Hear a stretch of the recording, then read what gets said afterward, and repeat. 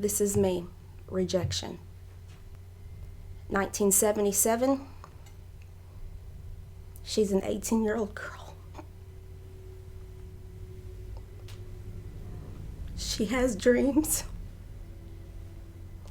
She has a bright future, and it's taken.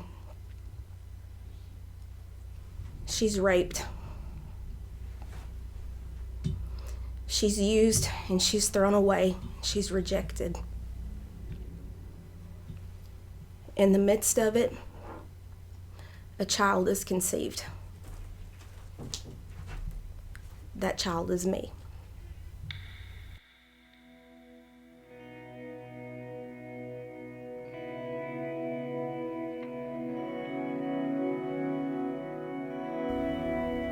Everybody's foundation begins with something.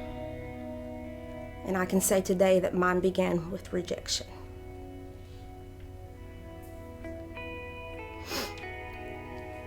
She doesn't know what she's going to do. She's told by people, because of your circumstance, abortion is okay. Another block in the foundation of rejection. She decides that she's strong enough to face her parents with the truth, and that she'll keep the baby. Thank God, in the midst of rejection,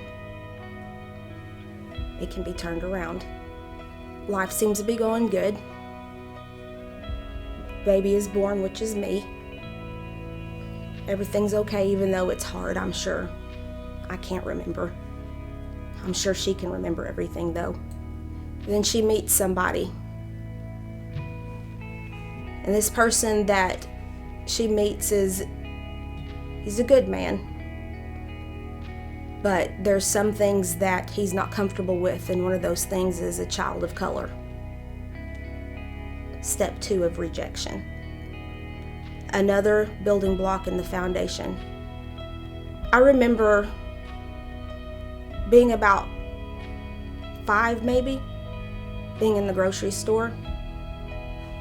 I remember running up to my stepdad, and he was talking to some friends. And of course, in my childlike mind, I'm thinking, oh boy, there's my dad. I'm going to run up to him and he's going to introduce me to his friends, however a child thinks in that way. And I remember running up and saying, hey, Daddy. And the people look at him and they're like, who is this? And I remember them saying, who is this? And he says, oh, that's my wife's daughter. And looking at me, saying, go back to your mom.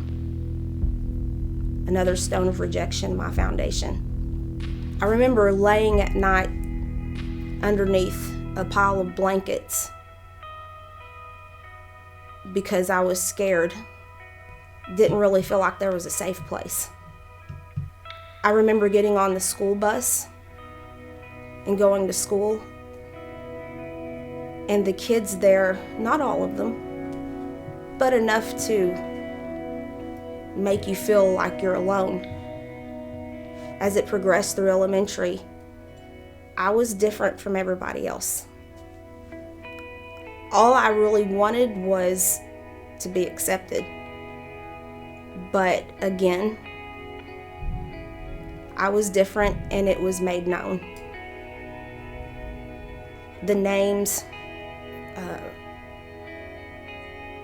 exclusion, trying to be a part of something, and being, again, rejected. I remember getting on the bus, and you would think, okay, that's okay. You have that atmosphere at school. That's okay. You can go home. When you get home, it's going to be a safe place. But when you get there, it's still rejection. When a person has that foundation laid for them, their personality becomes developed through that. And in your personality, you start thinking to yourself, okay, before I get rejected, I'll do the rejection. That's how I'm going to deal with this. That's how I'm going to just get through and survive. Is if I'm not going to be accepted by people, then I won't accept anybody else. I'll be mean. I'll lash out in any way that I can. I will reject others before they ever have the chance to reject me. Let me go to this. 13 years old. I don't know anything about my real dad. I've been an outcast all through elementary school, which it gets better. It gets better. God's good. All through elementary school, you are in this atmosphere of you'll never be good enough. You're too dark. You don't fit in with us. All of this, da-da-da-da. And you start thinking, where do I come from? Who am I? You don't know who you are. All you see is, here you are. You look like this. Your mom's white. Your stepdad's white. Your brothers are white. Your whole family's white. And here you are. Where do I fit in? You don't know who your biological father is. You do know that's your mom. Thank God that she kept you. Love her for that. But still, there's a piece missing. You still don't know who you are. And then when you finally find out, and you find out that your biological father, who you've always thought, oh, maybe one of these days he'll come riding in on a white horse and be my knight in shining armor, and he'll really love me, and da-da-da. And you find out he raped your mother, and that's what you came from.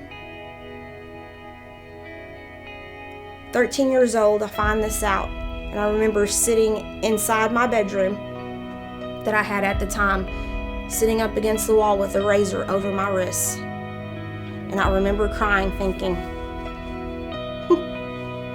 no hope.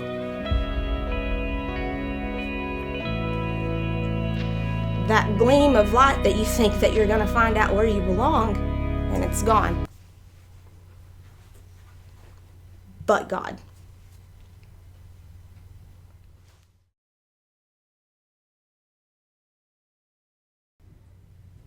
These scars on my body may never go away, but the scars in my heart through Jesus will fade day by day.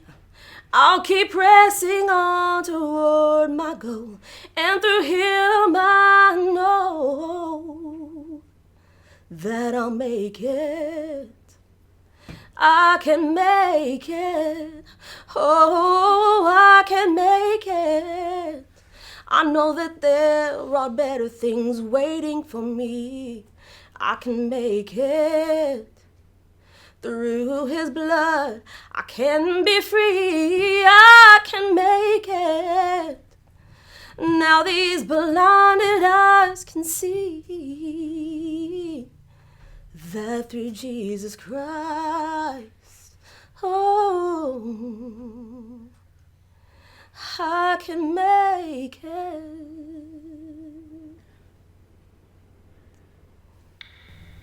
No matter what you have been through, no matter what rejection you have ever faced in your life, you know through everything that you can do it, that you can make it. There's so much more that I could share in my story. But I just want you to know this one thing. No matter how you've been made to feel about yourself, no matter how much of it, maybe you even brought it upon yourself because of how your foundation was built, you don't have to be a victim. Forgiveness, hope, all of this can be yours. But it's only through Jesus Christ. It's only through the blood of the Lamb, through the word of your testimony, that you can find new life, that you can dig down and you can rebuild that building, that you can make Jesus Christ the cornerstone of your foundation, that you can build upon Him. And I want to encourage any young woman, no matter what your age is, you might be feeling that rejection in your life, and it could be keeping you from the full purpose that God has for your life, from the full potential that He has for your life, to reach others, to build your family as the woman, as the mother of God, the woman of God, the wife of God that He created you to be.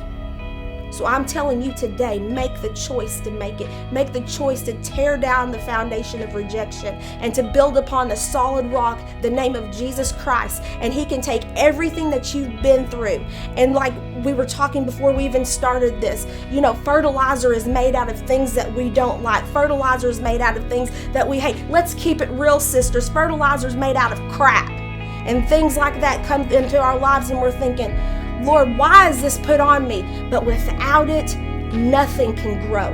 There's no fruitation that comes forth. You don't have fruit. The Bible talks about the fruits of the Spirit. Without all of that crap in your life, you will never bring forth the fruit of the Spirit that God has for you.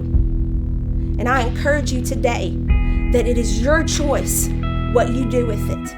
It's your choice to make the decision, I will reject the spirit of rejection, and I will reject it through Jesus Christ.